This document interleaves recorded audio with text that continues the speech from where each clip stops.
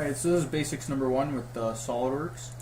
So we're going to have to go to a new part. You can click on this symbol here, or you can go to File, New, and you'll get to this same window we just saw. So we're going to click on the part file.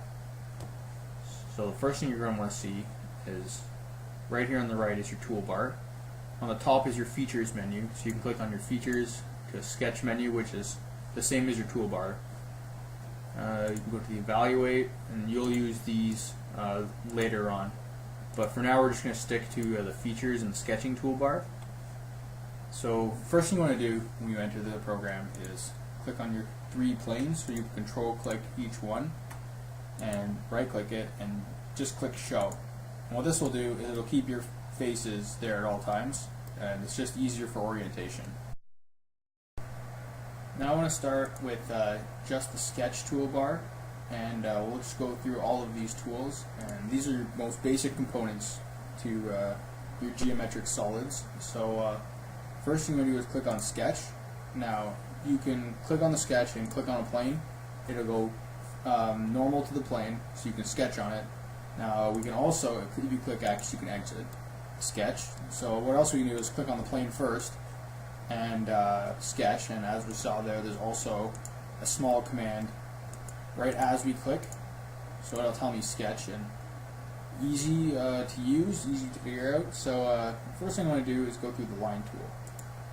So line tool, and if you click on the right here, all of these have different options, and they are different options to the tool.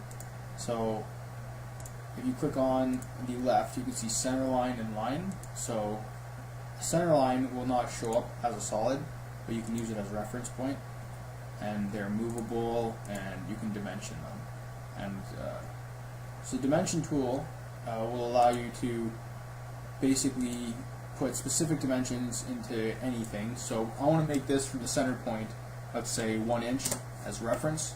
So click enter and OK, and I want it to be a specific height. So if I click on that, I would like it to be 3 inches. So now we know that this point right here is 1 inch to the right of the center point and 3 inches tall. So using the line tool, these will actually appear as the geometric solids. So let's say I want to make a box that's 1 inch by 3 inches. I can use that as reference if I'd like, because it's right there. And as you can see here, the little yellow symbols are telling me that it's horizontal, and it will coincide with the point, so the center point. So if I click that, it'll snap to the grid automatically, and you can see here that I drag my lines around, and I can put them anywhere and drop them, but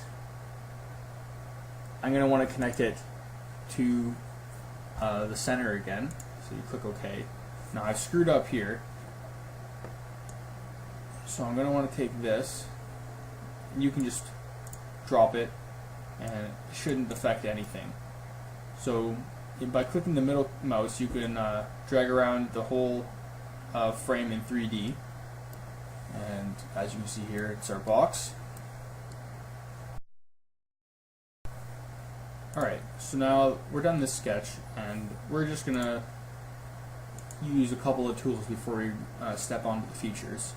So again, click on sketch and click on the front plane, and you can see that there's multiple options to the next tool, is the rectangle tool. So we can just use corner rectangles, and this is choosing the corner, and that's how we determine how big and what shape the rectangle is. You can use a center, and by holding shift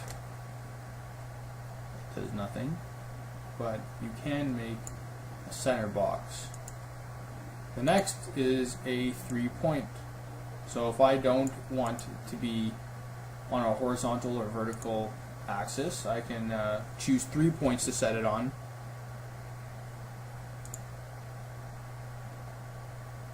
And the 3-point with the center is the same, except for you can change the angle. And the parallelogram is a parallelogram. So choose my angle and choose my size. So that is the rectangle tool. Now exit this sketch. We'll be done with that for now. And now we're going to want to go to sketch again, front face, and we're going to use the straight slot. So these are slots. So right now I'm choosing 2 center points for the slot, and now I'm choosing the size. So it won't matter. Just click anything, and there we have the slots.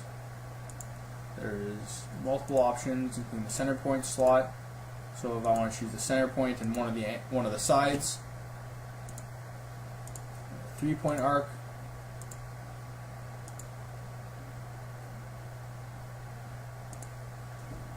and you can achieve some very cool shapes like this. And this is the arc.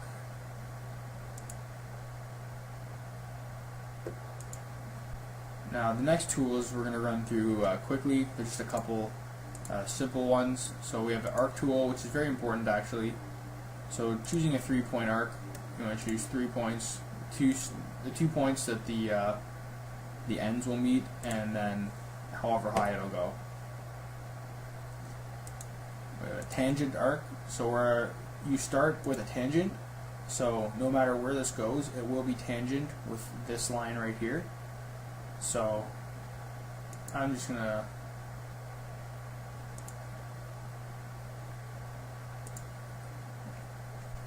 center point arc, same thing. Start at any point and end it at any point. The next tool we're going to use the spline tool, and you can achieve some pretty cool shapes like this.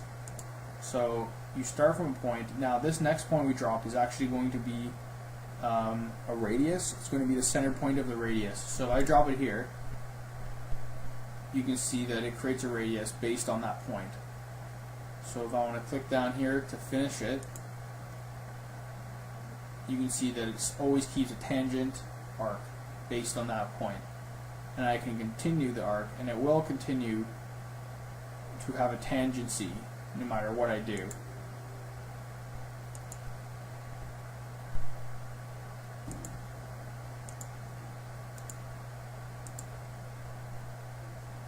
Alright, so the spline tool is cool. It's not very good for accuracy, but you can dimension it, and you can edit it, and edit the angles in which they are portrayed.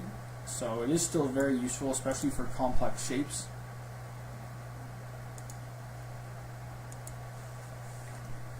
Next we have the ellipse tool. Now the ellipse tool is a center point and an end point, and then you can choose the width of the ellipse. So very good, very simple for easy ellipses. You can do partial ellipses, same way, and then choose how far, how round